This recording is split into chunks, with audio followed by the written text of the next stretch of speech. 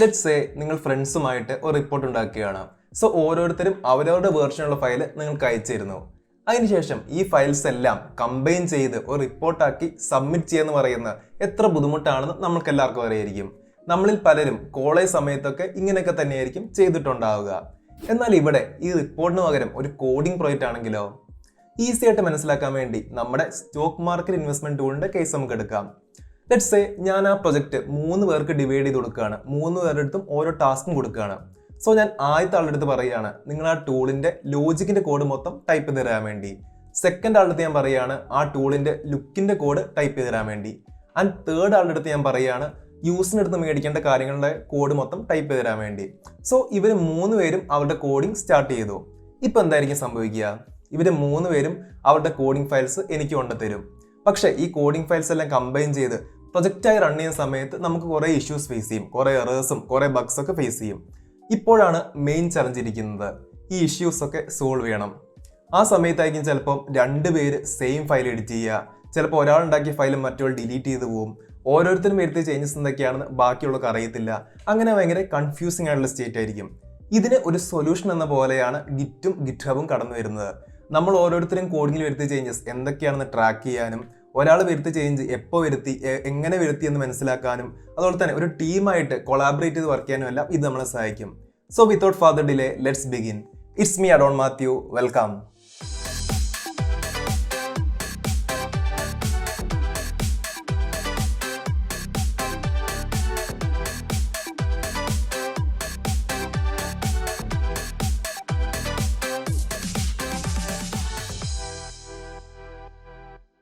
ആദ്യം തന്നെ എന്താണ് ഗിറ്റ് എന്ന് പറഞ്ഞുകൊണ്ട് തുടങ്ങാം.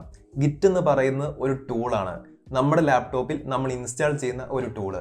ആ ടൂള് വെച്ച് നമ്മുടെ പ്രൊജക്റ്റിലെ ഓരോ ഫയൽസിന്റെയും ചേഞ്ചസ് നമുക്ക് ട്രാക്ക് ചെയ്യാൻ സാധിക്കും. അതായത് ഒരു പുതിയ ഫയൽ ആഡ് ചെയ്താലോ ഒരു ഫയൽ ഡിലീറ്റ് ചെയ്ത് കളഞ്ഞാലോ അല്ലെങ്കിൽ ഒരു എക്സിസ്റ്റിംഗ് ഫയൽ നമ്മൾ എന്തെങ്കിലും ചേഞ്ചസ് വരുത്തിയാലോ അതെല്ലാം ഗിറ്റ് ട്രാക്ക് ചെയ്യും. അതുകൊണ്ടാണ് ഗിറ്റിനൊരു വേർഷൻ കൺട്രോളർ സിസ്റ്റം എന്ന് പറയുന്നത്. ഞാൻ വ്യക്തമാക്കി തരാം. നമ്മളൊരു കോഡിംഗ് പ്രൊജക്റ്റിൽ വർക്ക് ചെയ്യുന്ന സമയത്ത് നമുക്ക് കുറേ അപ്ഡേഷൻസ് ചെയ്യേണ്ടി വരും. ലെറ്റ്സ് സേ ഞാൻ ഇന്ന് കുറേ കോഡിൽ ചേഞ്ചസ് വരുത്തും, നാളെ വേറെ കുറേ ചേഞ്ചസ് വരുത്തും, ഒരു മാസം കഴിയുമ്പോൾ വീണ്ടും കുറേ ചേഞ്ചസ് വരുത്തും, ചിലപ്പോൾ ഒരു കൊല്ലം കഴിയുമ്പോൾ വീണ്ടും കുറേ ചേഞ്ചസ് വരുത്തും. എനിക്കിപ്പോൾ കഴിഞ്ഞൊരു മാസത്തെ ചേഞ്ചസ് എന്തൊക്കെയാണെന്ന് കാണണം. അതും ഏതൊക്കെ കോഡിംഗ് ഫയൽസിനാണ് ചേഞ്ചസ് വരുത്തി എന്നൊക്കെ അറിയണമെന്നുണ്ടെങ്കിൽ ഇവിടെയാണ് ഗിറ്റിന്റെ സിഗ്നിഫിക്കൻസ് ഇരിക്കുന്നത്. കഴിഞ്ഞ മാസത്തെ എന്നല്ല, നമ്മൾ കോഡിങ് ഈ പ്രൊജക്ട് സ്റ്റാർട്ട് ചെയ്ത് അന്നോട്ടുള്ള എന്തൊക്കെ ചേഞ്ചസ് വരുത്തി, ഞാൻ എപ്പോഴാണ് ഏത് ഫയലാണ് ചേഞ്ച് വരുത്തിയത്, അതിൻ്റെ എല്ലാം ഡീറ്റെയിൽസ് ഗിറ്റ് നമുക്ക് പറഞ്ഞു തരും. സോ നമ്മുടെ കോഡിംഗ് പോയിന്റിന്റെ എല്ലാ കാര്യങ്ങളും അറിയാവുന്ന, ഒരു കാര്യം പോലും മറന്നു പോകാത്ത ഒരു അസിസ്റ്റന്റിനെ പോലെ ഗിറ്റ് നമുക്ക് കൺസിഡർ ചെയ്യാം. അതുപോലെ തന്നെ നമുക്കിപ്പോൾ ഇന്ന് ഞാൻ ഒരു മാസം മുമ്പ് ചെയ്തു വെച്ച കോഡ് എന്താണോ ആ കോഡിലോട്ടേക്ക് എന്നെ കൊണ്ടെത്തിക്കാനും പറ്റും. അതായത് അന്നത്തെ വേർഷനിലോട്ടേക്ക് എനിക്ക് എൻ്റെ കോഡിനെ എത്തിക്കാനും സാധിക്കും. അതുകൊണ്ടാണ് ഗിറ്റിന് നമ്മളൊരു വേർഷൻ കൺട്രോളർ സിസ്റ്റം എന്ന് പറയുന്നത്. സോ ഇത്രയും കാര്യങ്ങൾ ഗിറ്റ് നമുക്ക് ചെയ്തു തരുമ്പോൾ എന്തിനാണ് ഗിറ്റ് ഹബിന്റെ ആവശ്യം? ഇവിടെയാണ് മെയിൻ ഡിഫറൻസ് ഇരിക്കുന്നത്. ഗിറ്റ് എന്ന് പറയുന്നത് നിങ്ങളുടെ കമ്പ്യൂട്ടറിലെ ഓരോ ഫയൽസ് എന്തൊക്കെ ചേഞ്ചസ് വന്നു എന്ന് ട്രാക്ക് ചെയ്യും. പക്ഷേ ഈ പ്രൊജക്റ്റ് മുഴുവൻ ഓൺലൈനായി സ്റ്റോർ ചെയ്ത് നിങ്ങളുടെ ഫ്രണ്ട്സിന് ഷെയർ ചെയ്ത് കൊളാബറേറ്റീവ് ആയിട്ട് വർക്ക് ചെയ്യണമെങ്കിൽ നിങ്ങൾക്ക് ഗിറ്റ് ഹബ് വേണം. വളരെ സിമ്പിളായിട്ട് പറയുകയാണെന്നുണ്ടെങ്കിൽ നമ്മളിപ്പോൾ ഗൂഗിൾ ഡ്രൈവിൽ ഫോട്ടോ സ്റ്റോർ ചെയ്ത് ഫ്രണ്ട്സിന് അയച്ചു കൊടുക്കില്ലേ, ഇതേപോലെ തന്നെയാണ് ഗിറ്റ് ഹബ് നമ്മൾ യൂസ് ചെയ്യുന്നത്. ഗിറ്റ് ഹബ് എന്ന് പറയുന്ന ഒരു ക്ലൗഡ് പ്ലാറ്റ്ഫോമാണ്. ഒന്നുകൂടെ സിമ്പിളായിട്ട് പറയുകയാണെന്നുണ്ടെങ്കിൽ ഗിറ്റ് ഹബ് എന്ന് പറയുന്ന ഒരു വെബ്സൈറ്റ് ആണ്. ആ വെബ്സൈറ്റിൽ നമ്മൾ നമ്മുടെ കോഡ് മുഴുവൻ കൊണ്ട് സ്റ്റോർ ചെയ്ത് വെക്കും. അപ്പോൾ ഗിറ്റ് ഹബിന്റെ മെയിൻ ബെനിഫിറ്റ്സ് എന്തൊക്കെയാണെന്ന് ചോദിച്ചു കഴിഞ്ഞാൽ, ഫസ്റ്റ് നമ്മൾ ഈ ഓൺലൈനായിട്ട് കോഡ് സ്റ്റോർ ചെയ്യുന്നതുകൊണ്ട് തന്നെ നമ്മുടെ ലാപ്ടോപ്പിന് എന്തെങ്കിലും പറ്റിയാലും നമുക്ക് വലിയ പ്രശ്നമില്ല. കാരണം കോഡ് മുഴുവൻ ഓൺലൈനിൽ സേഫ് ആയിട്ട് സ്റ്റോർ ആയിട്ടുണ്ട്. നമ്പർ 2 എന്ന് പറയുന്ന ടീമായിട്ട് കൊളാബറേറ്റ് വർക്ക് ചെയ്യാൻ പറ്റും. ഇതാണ് ഗിറ്റ് ഹബിന്റെ മെയിൻ യൂസ് എന്ന് പറയുന്നത്. അതായത് നമ്മളിപ്പോൾ ഒരു 3-4 പേരായിട്ട് വർക്ക് ചെയ്യുന്ന സമയത്ത് ഞാൻ നേരത്തെ പറഞ്ഞിരുന്നു ഒരു കോഡിംഗ് പ്രോജക്റ്റിൽ വർക്ക് ചെയ്യുമ്പോൾ കുറേ പ്രശ്നങ്ങൾ വരും. സോ ആര് എന്തൊക്കെ ചേഞ്ചസ് വരുത്തി, ഒരാളിപ്പോൾ ഒരു ഫയൽ ഡിലീറ്റ് ചെയ്തു അല്ലെങ്കിൽ ഒരാൾ ഒരു പുതിയ ഫയൽ ആഡ് ചെയ്തു, ആര് എന്തൊക്കെ ചേഞ്ചസ് എപ്പോഴൊക്കെ വരുത്തിയെന്ന് ഗിറ്റ് ഹബ് നമുക്ക് കറക്റ്റായിട്ട് പറഞ്ഞു തരും. സോ ആ ടീമിൽ കൊളാബറേറ്റീവ് ആയിട്ട് വർക്ക് ചെയ്യുന്ന സമയത്ത് ഗിറ്റ് ഹബ് വളരെയധികം യൂസ്ഫുൾ ആണ്. നമ്പർ 3 എന്ന് പറയുന്നത് നമുക്ക് നമ്മുടെ കോഡ് ഈസി ആയിട്ട് ഷെയർ ചെയ്യാൻ സാധിക്കും.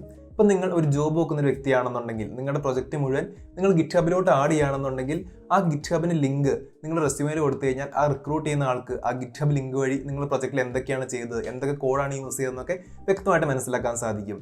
So git and git hub എന്ന് പറയുന്ന നിങ്ങളുടെ ഡെവലപ്മെന്റ് ജേർണി, നിങ്ങളുടെ കോഡിംഗ് ജേർണിയിൽ വളരെയധികം ഇമ്പോർട്ടൻ്റ് ആണ്. ഇപ്പോൾ നിങ്ങൾക്ക് ഗിറ്റ് ആൻഡ് ഗിറ്റ് ഹബ് എന്താണെന്നും അത് എന്തുകൊണ്ടാണ് റിലവൻ്റ് ആയിരിക്കുന്നതെന്നും മനസ്സിലായെന്ന് വിശ്വസിക്കുന്നു. ഇനി നമുക്ക് ഇതെങ്ങനെ നമ്മുടെ ലാപ്ടോപ്പിൽ സെറ്റപ്പ് ചെയ്യണമെന്ന് നോക്കണം. അതായിരിക്കും നമ്മുടെ next video. So step by step ആയിട്ട് ഗിറ്റ് എങ്ങനെയാണ് ഇൻസ്റ്റാൾ ചെയ്യുന്നതെന്നും ഗിറ്റ് ഹബിൽ നമ്മൾ എങ്ങനെയാണ് പ്രൊഫൈൽ ക്രിയേറ്റ് ചെയ്യേണ്ടതെന്നൊക്കെ നമുക്ക് നെക്സ്റ്റ് വീഡിയോയിൽ നോക്കാം. ഈ ഒരു വീഡിയോ ഇഷ്ടപ്പെട്ടുണ്ടെങ്കിൽ നിങ്ങൾ ഡെഫിനറ്റ് ആയിട്ട് ലൈക്ക് ചെയ്യുക. അതുപോലെ തന്നെ കോഡിംഗ് പഠിക്കാൻ ഇൻട്രസ്റ്റ് ഉള്ള ഫ്രണ്ട്സിന് നിങ്ങൾ ഈ വീഡിയോ ഷെയർ ചെയ്ത് കൊടുക്കുക. Thanks for watching.